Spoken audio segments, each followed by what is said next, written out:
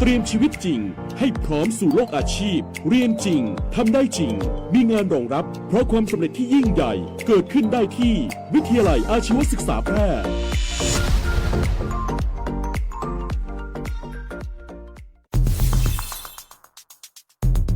แค่ 3 ปีความเสียหายจากอาชญากรรมไซเบอร์ของคนไทยพุ่งทะลุถึง 94,000 ล้านบาทหรือเฉลี่ยปีละ 30,000 ล้านบาททุก1ชั่วโมงเราเสียเงินกว่า 3.4 ล้านบาทให้กับมิจฉาชีพออนไลน์โจรไม่เห็นใจคนอาชีพไหนอายุเท่าไหร่สถานะทางการเงินแบบใดหมอพ่อค้านักธุรกิจนักเรียนแม่บ้านข้าราชการเกษียณทุกคนตกเป็นเหยื่อได้เสมอและวันหนึ่งอาจเป็นคุณหรือคนที่คุณรักเพราะจุดอ่อนร่วมของเหยื่อคือความเร่งรีบขาดสติหรือแม้แต่บางครั้งก็เกิดความโลภจนเกินไปอย่าปล่อยให้การกดคลิกเดียวลิงก์เดียวทำให้โจรยิ้มกว้างวันนี้ถึงเวลาแล้วที่คนไทยทุกคนจะต้องร่วมมือกันสร้างภูมิคุ้มกันอาชญากรรมไซเบอร์ช่วยกันหยุดก่อนที่ภัยไซเบอร์จะทำให้คนที่คุณรักและตัวคุณเองกลายเป็นเหยื่อ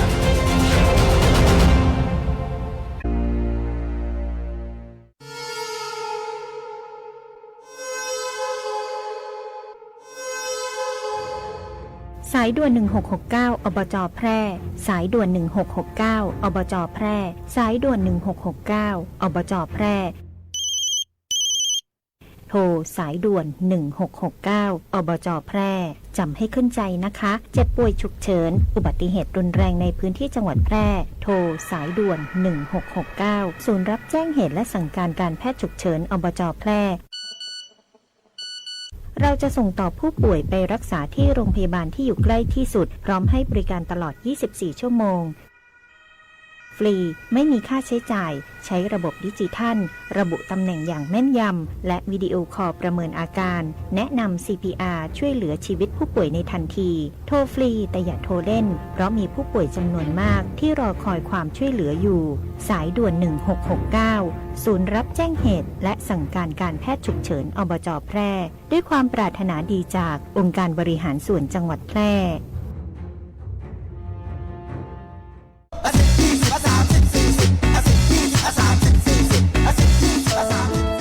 ถ้าความเร็วบนท้องถนนในชุมชนเป็นตัวเลขเหล่านี้ก็คงดีแต่ในความเป็นจริงยังมีผู้ขับขี่ใช้ความเร็วสูงและการขับรถเร็วเกินกฎหมายกำหนดยังเป็นสาเหตุหลักที่ทำให้เกิดอุบัติเหตุเดินทางถึงบ้านอย่างปลอดภัยขับขี่ด้วยความใส่ใจอย่าขับเร็วอย่าขับซิ่งขับขี่ปลอดภัยลดความเร็วลดอุบัติเหตุด้วยความปรารถนาดีจากกองทุนเพื่อความปลอดภัยในการใช้รถใช้ถนนและสำนักงานขนส่งจังหวัดแพร่วิทยุแห่งประเทศไทยจังหวัดแพร่ 91 เมกะเฮิรตซ์ ให้ความรู้คู่ความสุข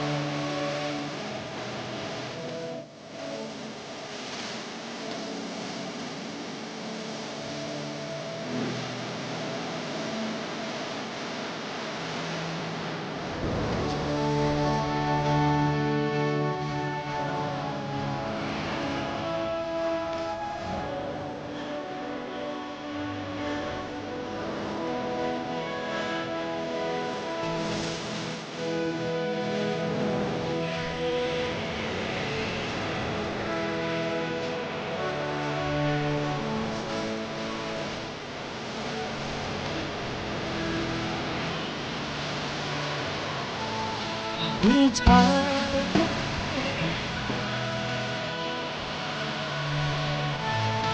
ตัวเอง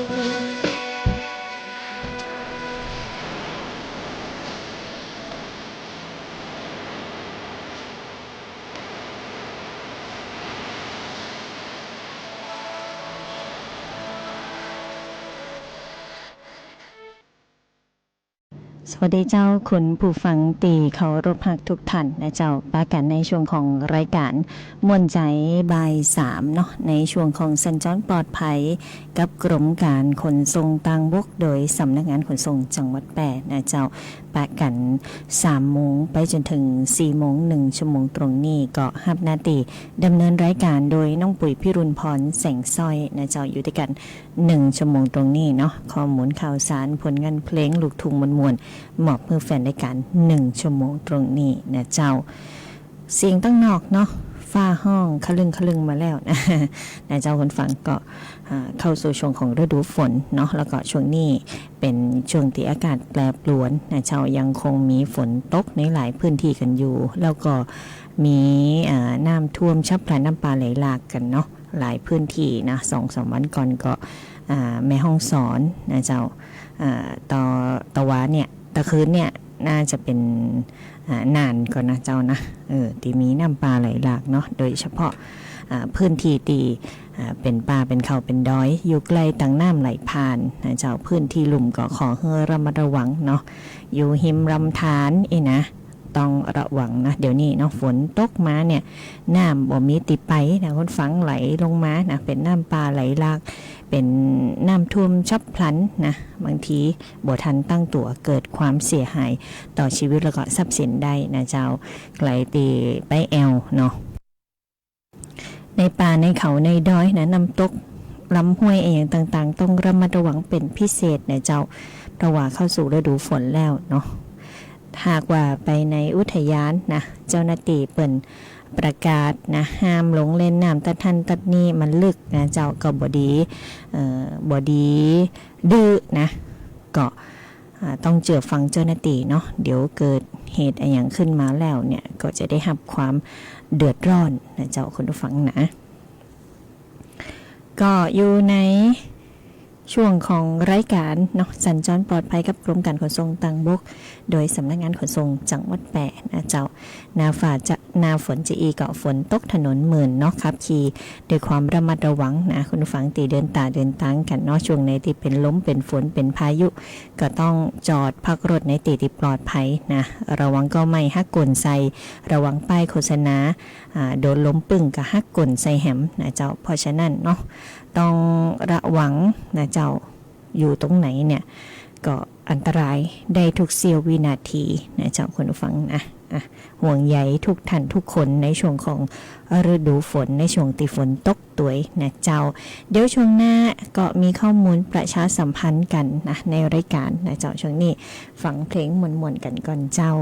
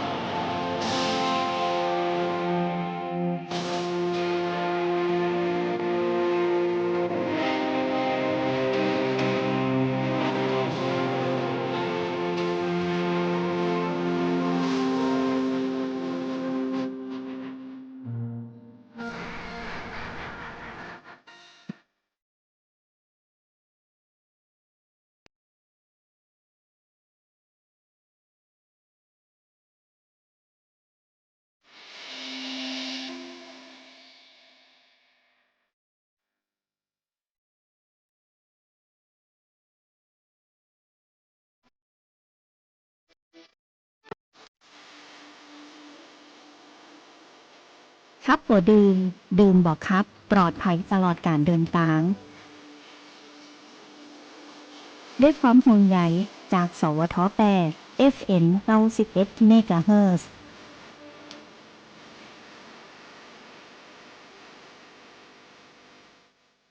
เทศกาลเดินทางจะใกล้หรือไกลความอุ่นใจต้องมาก่อนขึ้นเครื่องลงเรือเดินทางไกลบาดเจ็บกระเป๋าหายไม่ต้องหวั่นใจเพราะมีประกันภัยคุ้มครองสบายใจได้ทุกทริปแค่3 ชอที่ใช่สำหรับคุณเช็คชัดชัวร์เช็คกรมธรรม์ประกันภัยการเดินทางให้พร้อมชัดเจนกับเงื่อนไขกรมธรรม์และความคุ้มครองชัวร์ได้เลยหากมีกรมธรรม์ประกันอุบัติเหตุการเดินทางที่พร้อมบริการฉุกเฉิน24 ชั่วโมงชัดทุกเช็คชัวร์ทุกทริปสายด่วนคปภ1186คปภคุ้มครองผู้ทำประกันภัยคุ้มครองคุณ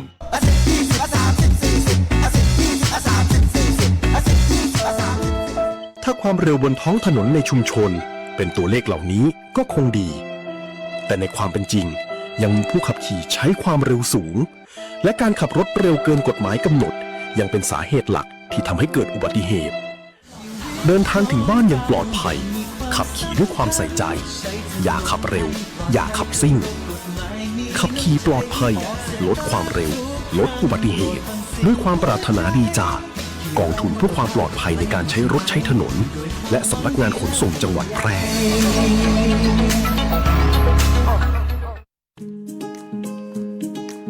สินเชื่อสวัสดิการเป็นสินเชื่อเพื่อที่อยู่อาศัยสำหรับลูกค้าสวัสดิการที่หน่วยงานทำข้อตกลงโครงการสวัสดิการเงินกู้ที่อยู่อาศัยประเภทไม่มีเงินฝากกับธนาคารไม่ว่าจะซื้อที่ดินปลูกสร้างอาคารต่อเติมซ่อมแซมไถ่ถอนจำนองที่ดิน